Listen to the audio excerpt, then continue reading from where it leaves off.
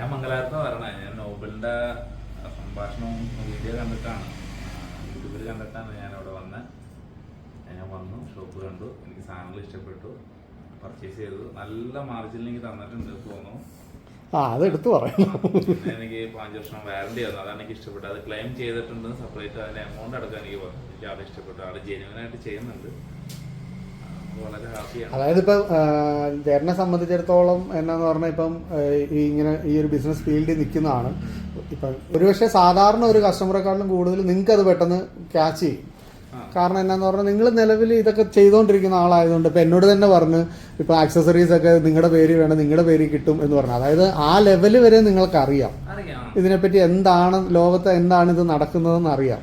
അപ്പം നിങ്ങൾക്ക് പെട്ടെന്ന് ഒരു എന്താ പറയുന്ന ഒരു ഫേക്ക് കണ്ടാൽ പെട്ടെന്ന് പിടികിട്ടുകയും ചെയ്യും.